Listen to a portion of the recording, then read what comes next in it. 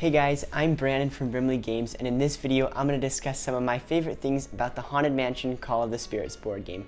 Now this board game is based on the classic Disneyland ride, which for me makes it a personal favorite because I absolutely love Disneyland and I love board games. This is the perfect combination for me, and so that's one of the reasons why this is one of my favorite games at the moment. So I'm going to be discussing three things that I enjoy most about this game, and the first thing is the set collecting aspect of it. So if you don't know what set collecting is, I'm going to go with a brief rundown here. So the basic premise of set collecting is that there are different cards that perform different abilities in the amounts that they score. So here are two of the main parts of the game with the green ghosts and the red ghosts, which are the musician and portrait and artifact ghosts. Now, if you are to get a set of these greens, you score based on the number that you have. 1 is 1 point, all the way up to if you have 5, you get 25 points for the set. So that's just a really straightforward one. But with the reds, if you have one of them, you get 3 points. Once you get your second one, this set is now worth 0, which is super interesting because you want to get 1 and you want to get 3, but you definitely don't want to get 2. So once you get the third, you bump up to 12. And I love that there's that aspect of the different cards are worth differing amounts, and there are even more than that. There are the dancing ghosts, which if you get one of them, it's 0, and if you get a pair of them, it's worth 7. And then there are these types of ghosts, which are just the straightforward amount listed on the card, but they also have an ability with them, which adds another interesting dynamic to the game. So you have all of those, and then you have some of the special ghosts, and then the stretching portraits, which we'll go over a little bit later in the video. So another part that makes this game very interesting and makes it not just a free-for-all, grab as many ghosts as you can to collect the most points, is the haunt cards. Now, these are bad.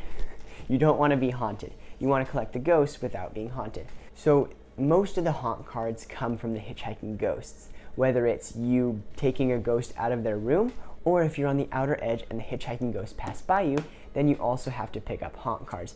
There's this card right here, which also makes you pick up a haunt card. So the basic premise of the haunt cards is that if you have the most haunt value at the end of the game, you have to discard your largest set that you have collected. Now, that's a big deal. I personally, in all the games that we've played so far, have never seen someone who got the most haunts able to win the game. It hasn't happened. I'm sure it could happen, but it just is so hard because you lose a huge set that you've worked so hard to get, and so it takes away a ton of your points. And I love that there's that value because what happens is then instead of just being out there and trying to collect as many ghosts as possible, there's that mystery to it of trying to get less than the other players, and so you're using some of your actions to get rid of them or making sure that you're not getting them in the first place. Now the third and final, my favorite thing about this game is that it's based on the classic Disneyland ride, and I believe that they did such a great job of incorporating that into it, especially the use of the hitchhiking ghosts throughout the game and the stretching portraits, which I said that we would go over